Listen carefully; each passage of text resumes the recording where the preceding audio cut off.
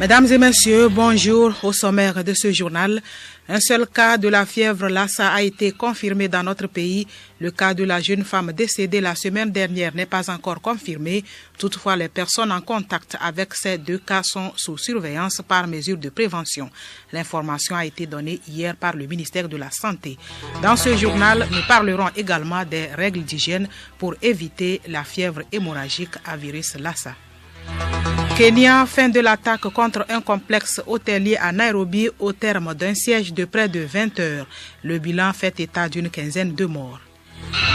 Nouveau rebondissement dans le procès de l'ex-président ivoirien. Les procureurs veulent faire appel et un réexamen de l'acquittement de Laurent Gbagbo et Charles Blé Goudé. Et puis, rideau hier au stade municipal de Lomé sur le tournoi ITF 4 de l'Afrique de l'Ouest et centrale. Au classement général, le Togo occupe la 3e place derrière la Côte d'Ivoire et le Nigeria. Radiolomé.tg. Le ministère de la Santé a rencontré la presse hier pour dissiper les rumeurs sur la fièvre hémorragique à virus Lassa au Togo. Selon le ministre, à ce jour, seul un cas de cette maladie a été confirmé et un autre cas suspect et des personnes dans l'entourage des deux cas sont suivies. Juliette Kamdé. Le ministre de la Santé et de la Protection sociale, professeur Moustapha Midiawa, a rappelé les voies et modes de transmission de la fièvre de Lassa. Les mesures préventives sont essentiellement les règles d'hygiène basiques. Fatoumata Binta Tidiane Diallo, représentante résidente de l'OMS au Togo. Il y a les mesures préventives individuelles, collectives et au niveau du système de santé. La première au niveau du système de santé, c'est la surveillance épidémiologique. Au niveau collectif, c'est vraiment la communication et la surveillance, c'est-à-dire la prise en charge, l'utilisation des mesures d'hygiène, l'hygiène aussi bien de l'environnement alimentaire et individuel, qu'on protège les aliments, qu'on essaie de nettoyer notre environnement, qu'on se rassure qu'on n'a pas de rats tout autour, de rongeurs en général. Parce qu'on a les rats qui sont des porteurs sains du virus et si jamais ils sont en contact même avec d'autres rongeurs, ils peuvent les contaminer. Et si nous on est en contact avec ces rongeurs, on peut être contaminé.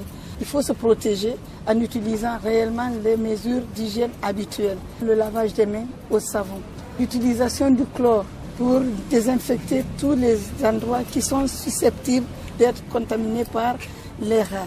Et troisièmement, il faut lutter contre ces rats. La fièvre hémorragique à virus Lassa se manifeste par des symptômes communs à d'autres maladies.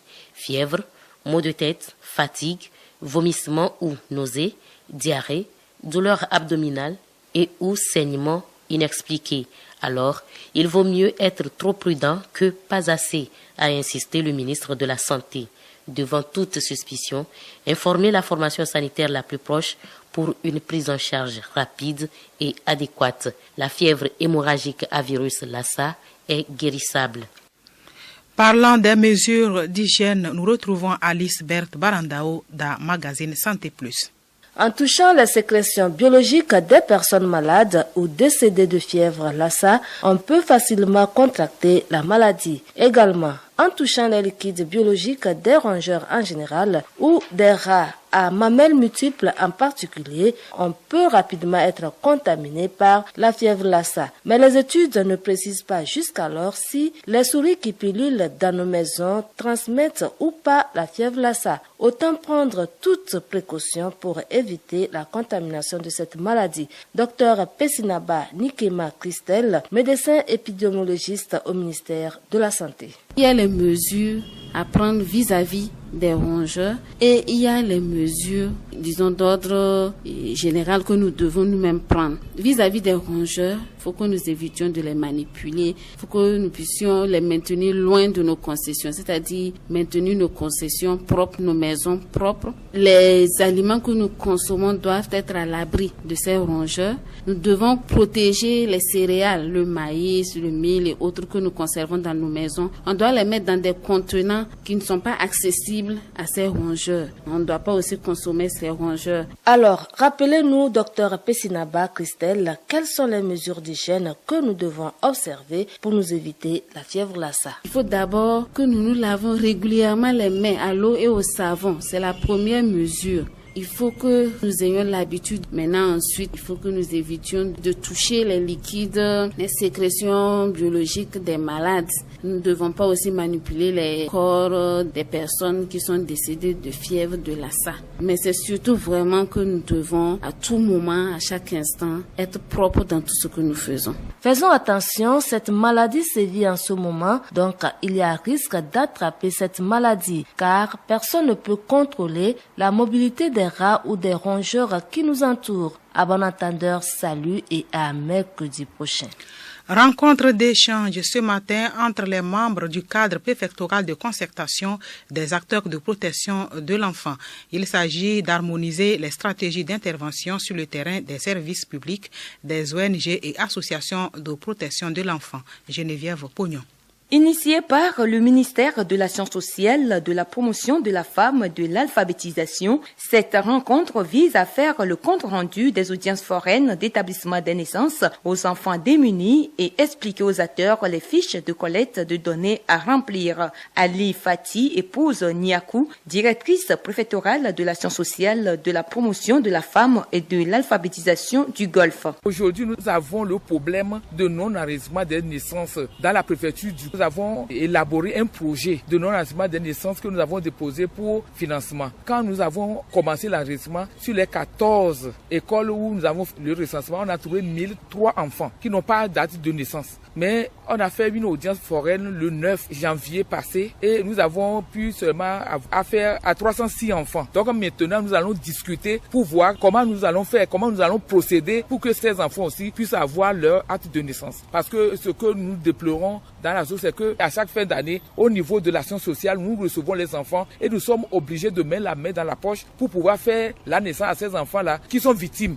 Créé en octobre 2016, le cadre préfectoral de concertation des acteurs de protection de l'enfant a pour, entre autres attributions, la contribution au renforcement et la coordination des interventions de protection de l'enfant, la promotion des discussions et le partage d'informations entre les principaux acteurs. Agboche Komla, préfet du Golfe, président d'honneur du CPC-APE. En tant que président d'honneur dans le cadre de protection de l'enfant au niveau de la préfecture du Golfe, nous avons le devoir de coordonner les activités du cadre, savoir qu'est-ce que nous faisons, reconnaître les enfants vulnérables, voir dans quelle mesure nous pouvons les assister. Et c'est dans ce cadre-là que nous avions détecté l'année passée qu'il y a au moins 256 élèves en classe de CM2 qui n'ont pas de certificat de naissance. Or, c'est ce certificat qui est leur premier diplôme qui va les aider à aller à l'examen du CPD. Et dans ce cadre, rapidement, avec l'affaire sociale, nous avions organisé une audience foraine qui a donné lieu à naissance à tous ces enfants-là. Aujourd'hui, nous nous concertons, c'est pour voir qu'est-ce que nous pouvons faire encore. Quel est le rôle que chacun doit jouer afin que nous puissions coordonner la protection des enfants. Parce que les enfants, c'est notre futur. C'est là où nous semons et c'est là où nous allons récolter demain. Le journal Yasmine Adoko. Hors du Togo, au procès de l'ancien chef de l'État ivoirien, les procureurs ont affirmé ce mercredi faire appel de son acquittement. La Cour pénale internationale avait décidé hier de l'acquittement de Laurent Gbagbo et de Charles Blé Goudé. Les deux hommes étaient poursuivis pour crimes contre l'humanité après les violences post-électorales de 2010 à 2011. Marie-Claire Pagnon. Dans leur requête, les procureurs affirment qu'il existe des raisons exceptionnelles de s'opposer à la libération inconditionnelle de Laurent Gbagbo, évoquant un risque concret que ce dernier disparaisse dans l'éventualité où le procès se poursuivrait. Ils ont cependant déclaré qu'ils accepteraient une remise en liberté dans un pays membre de la CPI, excepté la Côte d'Ivoire, si le risque de fuite peut être atténué en imposant une série de conditions. Les juges de la CPI ont justifié leur décision en expliquant que l'accusation ne s'est pas acquittée de la charge de la preuve conformément aux critères requis par la justice internationale. Laurent Gbagbo et Charles Blé Goudé étaient accusés de 4 chefs de crimes contre l'humanité, meurtre, viol, persécution et autres actes inhumains pour lesquels ils ont toujours plaidé non coupables. RDC, alors que la Cour constitutionnelle avait commencé à examiner le recours déposé par Martin Fayoulou afin de contester les résultats de la présidentielle, des milliers de documents ont fuité vers plusieurs médias étrangers. Des documents qui prouveraient que Martin Fayoulou est le véritable vainqueur de la présidentielle du 30 décembre dernier. Le candidat de la coalition Lamouka aurait obtenu près de 60% des voix selon ces données.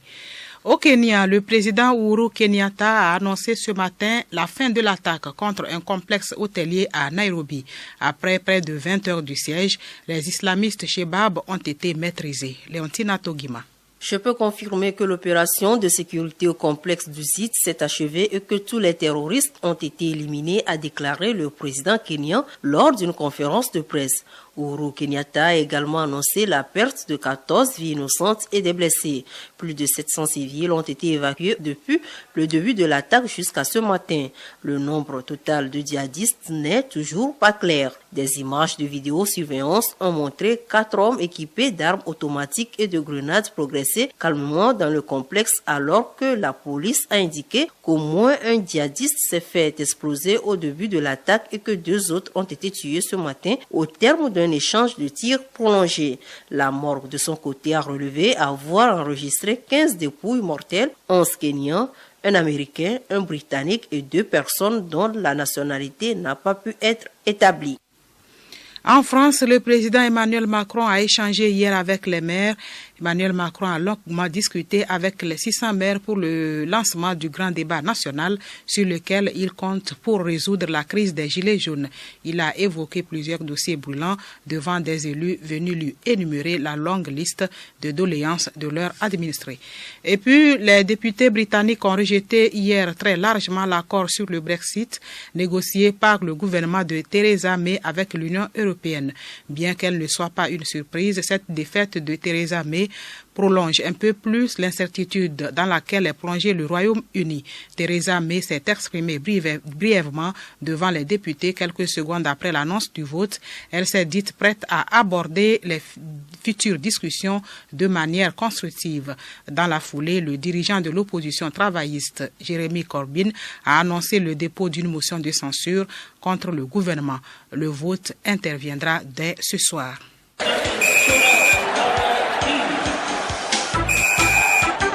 Sport tennis, le tournoi ITF CAF a refermé ses portes hier au stade municipal de Lomé, court de tennis. Il se dégage un relèvement de la qualité et des prestations des jeunes joueurs. Aruna Mola. Au terme de ces championnats où se sont affrontés les jeunes de 16 ans et moins de l'Afrique de l'Ouest et centrale, la Côte d'Ivoire s'adjuge la première place. Elle est suivie du Nigeria. Le Togo complète le podium. Le coach principal du Togo, Patrick Dogbe, se réjouit de l'amélioration du niveau de ses joueurs. Le niveau s'est amélioré au fur des jours avec le feedback que nous leur donnons à chaque fois qu'ils ont fini de jouer un match. Moi et mon équipe essayons de proposer des solutions pour les matchs suivants. Vu que le niveau en général est un peu élevé et que les nôtres sur des matchs améliorent le niveau pour atteindre cette 3e place, nous ne pouvons que nous en réjouir. À l'étranger, place à la 3e journée de l'Open d'Australie 2019. Peu réaliste avec une seule opportunité de briques convertie en 13 occasions, Gaël Monfils a subi la loi du 2e tour du jeune américain Taylor Fritz. 6-3, 6-7, 7-6, 7-6 et presque 3 heures 30 minutes de jeu. L'Américain affrontera Roger Federer au tour suivant. De son côté, Karen Khachanov domine le Japonais Yoshihito Nishioka en 3-7, 6-3, 6-3, 6-3. Il retrouvera au 3e tour Roberto Bautista Agut, tombeur de John Millman. Roger Federer continue sa route. Le Suisse s'est imposé non sans mal face au Britannique Daniel Evans en 3 manches, 7-6, 7-6, 6-3 en 2h35 minutes de combat. Il jouera, on l'a dit, au prochain tour face à Taylor Fritz. Chez les dames, la tenante du titre, Carolina Wozniacki, a surclassé Johanna Larsson 6-1, 6-3 pour atteindre le 3e tour. La numéro 3 mondiale pourrait retrouver Maria Sharapova si cette dernière élimine Rebecca Peterson. C'est la fin de ce journal dont voici l'essentiel en titre. Un seul cas de la fièvre Lassa a été confirmé dans notre pays. Le cas de la jeune femme décédée la semaine dernière n'est pas encore confirmé. Toutefois, les personnes en contact avec les 2 cas sont sous surveillance par mesure de sécurité. L'information a été donnée hier par le ministère de la Santé. Merci d'avoir suivi le journal.